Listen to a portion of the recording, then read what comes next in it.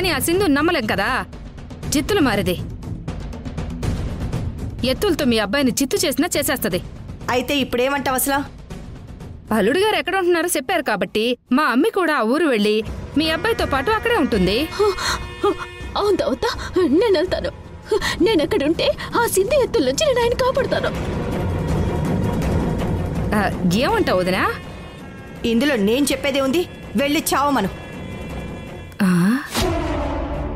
ఏదేందమ్మే తావత నన్ను వెళ్ళి సావమంటా ఉండదే. కోపంలో ఏదో అనేసినదిలే, వదిలే అమ్మే. అమ్మే, వీడియో కాల్లో యశ్ సింధుని ఒకే గదిలో చూసినప్పటి నుంచి వాళ్ళిద్దరూ కలిసిపోయినట్టుగా, ఒకటైపోయినట్టుగా, రిషి శశితో కలిసి హ్యాపీగా ఉన్నట్టుగా, పచ్చని సంసారంలో పచ్చగా కాపురం చేసుకుంటున్నట్టుగా ఏవేవో పిచ్చి ఊహలు వస్తున్నాయమ్మే. వాళ్ళు ఆనందంగా ఉండకూడదు. ఏదైనా సరే నువ్వు అక్కడికి వెళ్లాల్సిందే అమ్మే.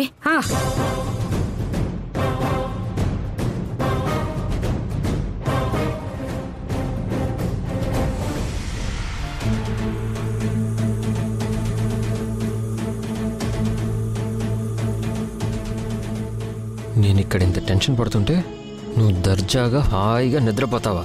చెప్తాను నీ పని.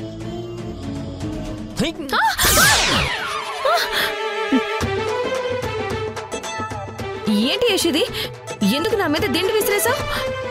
కోపమే నీ మీద. నా మీద కోపం రావడానికి నేనేం చేశాను? ఏం చేసావా? నిద్రపోతున్నావు కదా హ్యాపీగా.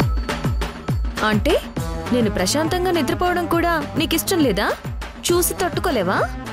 నేను ఇక్కడ టెన్షన్తో చచ్చిపోతుంటే అసలు నీకు నిద్ర ఎలా పడుతుందే? నా నిద్ర నా ఇష్టం, నీకేంటి ప్రాబ్లం? అవునులే, నా కష్టాలు తెచ్చిపెట్టి నీ పాటికి నువ్వు నిద్రపోతున్నావా? నేను నీకు కష్టాలు తెచ్చిపెట్టడం ఏంటి? నీకు నువ్వే కష్టాలు కొని తెచ్చుకుంటున్నావు. నేను కష్టాలు కొని తెచ్చుకున్నానా? నువ్వు ఆ వీడియో కాల్ చేయడం వల్ల కదే నాకు ఈ కష్టాలు. యష్, నేను చేసిన వీడియో కాల్ వల్ల కాదు నీకు ఈ కష్టాలు. మరి మీ ఇంట్లో వాళ్ళకి నేను ఒక్కడే ట్రిప్కు వెళ్తున్నాను అని అబద్ధం చెప్పొచ్చావు చూడు, అందుకే నీకు ఈ కష్టాలు, టెన్షన్లు. అదే ఇద్దరం కలిసి టూర్కి వెళ్తున్నావని అప్పుడే చెప్పొచ్చుంటే ఇప్పుడు ఈ ప్రాబ్లం ఉండేది కాదు కదా. నీతో కలిసి ట్రిప్కి వస్తున్నానని చెప్తే మా అమ్మకి అసలు నన్ను రానిచ్చేదే కాదే. మరి ఇన్ని తెలిసిన వాడివి సునంద మేడం ముందు మీరేం వరి అవ్వకండి మేడం, మీ ప్రాబ్లం మేం సాల్వ్ చేస్తామని పెద్ద హీరోలా ఫోర్స్ పెట్టి ఎందుకు చెప్పావు? ఈ హీరోయిన్ తో కలిసి వస్తే ఇన్ని ఇబ్బందులు వస్తాయని తెలియక తొందరపడి అనేశాను. ఇబ్బంది నా వల్ల కాదు యష్, అబద్ధాలాడితే ఇలాంటి ఇబ్బందులే వస్తాయి. మరి తప్పదు, అనుభవించాల్సిందే. నేను అనుభవిస్తానులే, నువ్వైతే ప్రశాంతంగా ఆనందంగా నిద్రపో, పడుకో.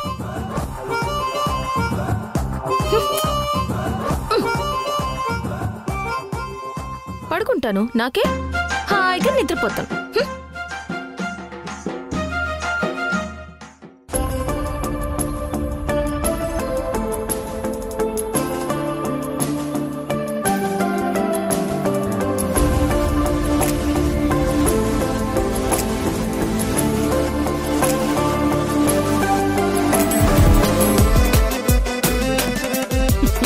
జానకి, ఏంటండి ఇంత ఆహ్లాదకరమైన వాతావరణంలో ఈ వయసులో ఉన్న మనమే ఇంత ఉల్లాసంగా ఉన్నామే, మరి సింధు యశస్విలు ఎంత ఉల్లాసంగా ఉండి ఉంటారో. నిజమేనండి, నగర వాతావరణంలో బాగా విసుగు చెంది ఈ పల్లెటూరు వాతావరణాన్ని వాళ్ళెంత బాగా ఆస్వాదిస్తున్నారో. ఏమో, నిజంగా ఆస్వాదిస్తున్నారంటావా జానకి? వాళ్ళు వచ్చినప్పటి నుంచి చూస్తున్నాను. వాళ్ళ మీద మీరు అనుమానం చూపిస్తున్నారే గాని అభిమానం అస్సలు చూపించడం లేదు. అమ్మో, ఇప్పుడు వీళ్ళలాగే నేను సింధు రూమ్లో సాంగులు డాన్సులు చేయకపోతే వీళ్ళకి లేనిపోయిన అనుమానాలు వస్తాయేమో.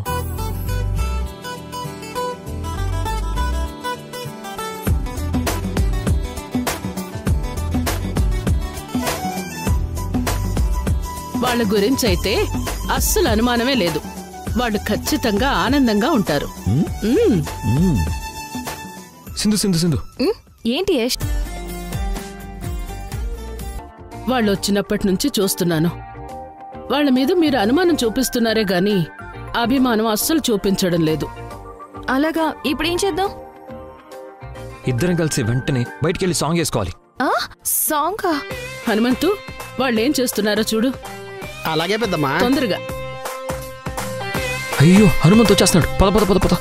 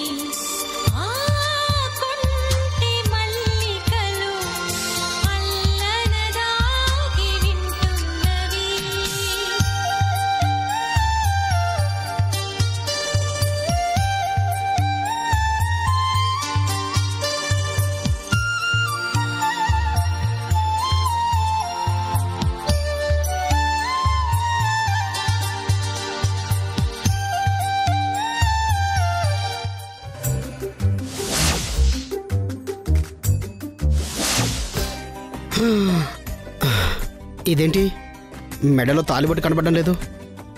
వెంటనే ఈ విషయం వెళ్ళి పెద్దయ్య గారితో చెప్పాలి.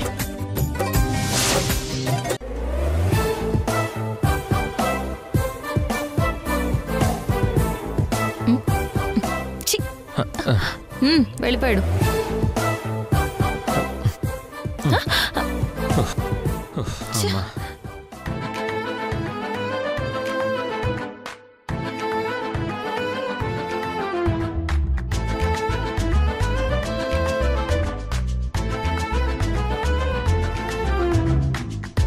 పెద్దయ్యా పెద్దయ్యా పెద్దమ్మా, ఏంటి ఏమైంది? చాలా ఘోరం జరిగిపోయింది. ఏమైందిరా? వాళ్ళిద్దరూ భార్యాభర్తలుగా వచ్చారు కదా, అసలు వాళ్ళిద్దరూ భార్యాభర్తలే కాదు. నువ్వెలా చెప్తున్నావురా? ఆమె మెల్లో తాళి లేదండి.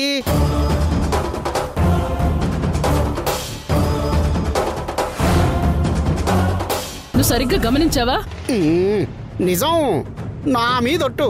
తాళి లేదా? నా కళ్ళతో చూసా.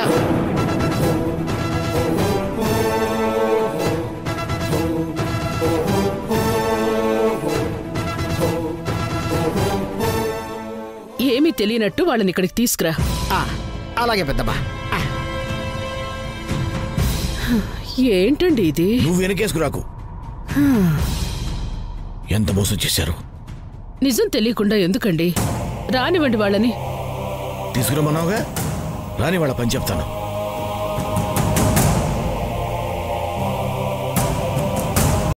యశస్వి గారు, పెద్దయ్య గారు మిమ్మల్ని పిలుస్తున్నారు. ఎందుకు? అవన్నీ నాకు తెలియదండి, ఉన్న పొలంగా వెంట పెట్టుకొని రమ్మన్నారు. సరే వస్తాను. వస్తే మీకే తెలుస్తుంది. రండి.